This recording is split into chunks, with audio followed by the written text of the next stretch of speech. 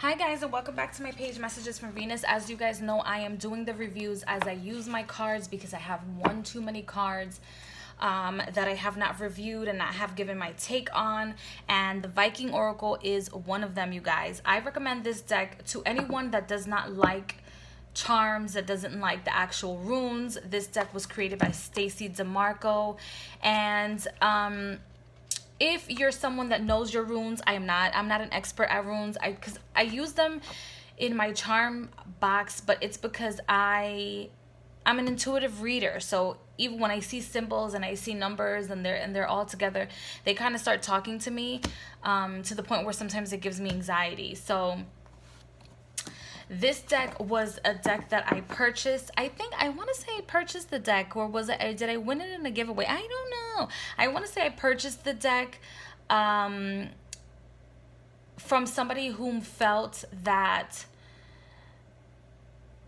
And I'm saying somebody because I cannot remember his Instagram name. Because I think that from the time that I purchased the deck, but my 60-second first impressions is on my Instagram, you guys. From the time I purchased the deck to now, I think he's changed his name on YouTube and on Instagram as well. I'm not sure, but if you go to my Instagram, 60-second first impressions of the Viking Oracle, you guys can see who I purchased the deck from or who I won it from. I'm not quite sure, but I want to say that it's because he wasn't connecting with the deck because he studied Celtic mythology, and I quote it, mythology, because in my mind I feel like these characters and people actually existed. They once walked the earth. So he's very much connected. I want to say that he has like family background as well, like a Celtic family background, so he knows, like, he can connect with this deck. Me, on the other hand, I don't think I have any Celtic background in my DNA that I'm aware of, but I do relate. The Celtic Viking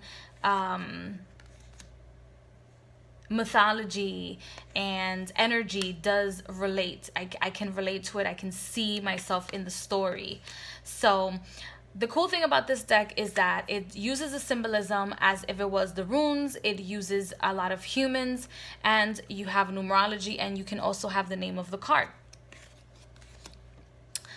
Not all the cards, like I say, are people or humans. You have symbolism. So I feel like a lot of people that have trouble with getting energy or information from an actual human or actual character is not going to be fond of this deck. Some of us that know the real story, that is very much connected, and you can see that the runes are connected to the correct picture or the correct god or goddess, then this deck is great for you. And for me as well. It's very easy to shuffle. I feel like the imagery would depict the difference in between how people perceive the Celtic people, the Celtic community to look like, as opposed to what they actually look like. And I feel like Stacey DeMarco nailed it. Stacey DeMarco, and whoever the illustrator is, nailed it. So in other words, the deck is not whitewashed at all. Okay. The colors are absolutely beautiful and amazing. The messages are absolutely clear. However, if you're someone such as myself, you can always get the book and get the messages from the book. It's one of those that has great meaning because of the energy in the deck. So you can see the meaning, you can intuitively obtain the meaning, but the message that the book has for each card is just, they're so beautiful. They're absolutely stunning. Look at that amethyst.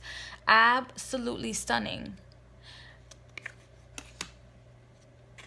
The colors are beautiful. I just feel like for a beginner, a person who's beginning to read the tarot, and the oracle, this is not a deck for them. You have to be very intuitive to be able to have this deck and actually have it mean something to you. I love the fact that it has borders and that the borders change with each card, even though the back is like this, and you can read it in reverse, you guys. I don't really like the back much, but you can definitely read it in reverse because runes have reverse meanings. There's some people that are experts with the runes, and there are others that is that they're not experts with the runes. I also love the way that they depict Loki and some of the characters. They don't depict them as these evil Knievel type of people. They depict them with actual emotions. You can see the emotions in his eyes. Not that Loki is evil Knievel, but I feel like a lot of people portray him as the sneaky, many personality, very playful, very goofy, can be trusted type of a character. But here he is depicted with sentiment.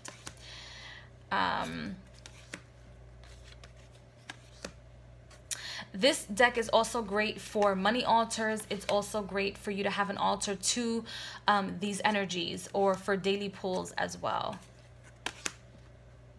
So I really do feel like this deck is meant for people that are from medium to intermediary to expert readers, whether in oracle or in the tarot. So like I said, the deck is easy to shuffle. However, for people that have small hands, it's a little difficult to shuffle them backwards like that, or to, well, not backwards, to do the shuffle that I just did. It's a little bit difficult, and the cardstock is like, it's thick and thin at the same time. This is the guidebook. It's black and white. It does have the depictions inside. It has the numerology, the name, the message, a small poem, the history or the story of that card, and then its meaning within that. There are some cards that have upright and reverse meanings, which some people say that the, where is it? That the,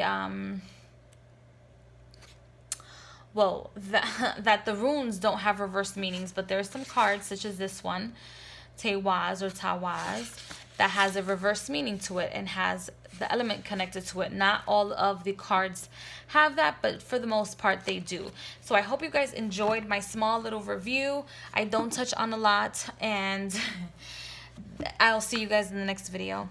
Bye.